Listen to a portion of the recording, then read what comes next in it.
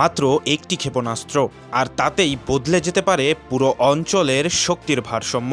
তুরস্কের নতুন আন্তঃমহাদেশীয় ব্যালিস্টিক ক্ষেপণাস্ত্র সামনে আসার পর কেন হঠাৎ করেই অস্বস্তিতে বিশ্ব পরাশক্তিগুলো?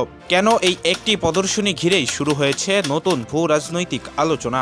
আসসালামু আলাইকুম দর্শক, আপনাদের সবাইকে স্বাগতম জানাই হিডেন স্কোপের আরও একটি নতুন এপিসোডে।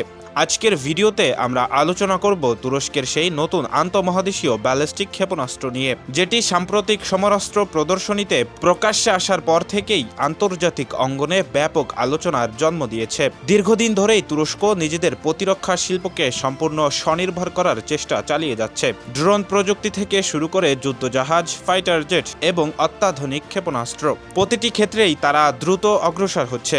আর এবার যে বিশাল আকৃতির আন্তঃমহাদেশীয় ক্ষেপণাস্ত্র তারা প্রদর্শন করেছে, সেটিকে ঘিরে আন্তর্জাতিক বিশ্লেষকদের মধ্যে নতুন করে আলোচনা শুরু হয়েছে। সবচেয়ে বেশি আলোচনায় এসেছে এর সম্ভাব্য পাল্লা বা কৌশলগত সক্ষমতা নিয়ে। বিভিন্ন আন্তর্জাতিক প্রতিবেদনে বলা হচ্ছে এই ক্ষেপণাস্ত্রের পাল্লা কয়েক হাজার কিলোমিটার পর্যন্ত হতে পারে, যা তুরস্ককে সম্পূর্ণ নতুন এক সামরিক অবস্থানে নিয়ে যেতে পারে।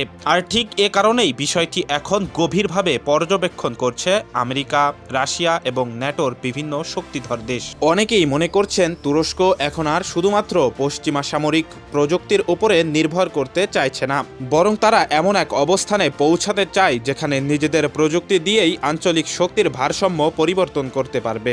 আর এই লক্ষ্য পূরণে দীর্ঘ পাল্লার ক্ষেপণাস্ত্র প্রযুক্তিকে সবচেয়ে গুরুত্বপূর্ণ অস্ত্র হিসেবেই দেখা হচ্ছে।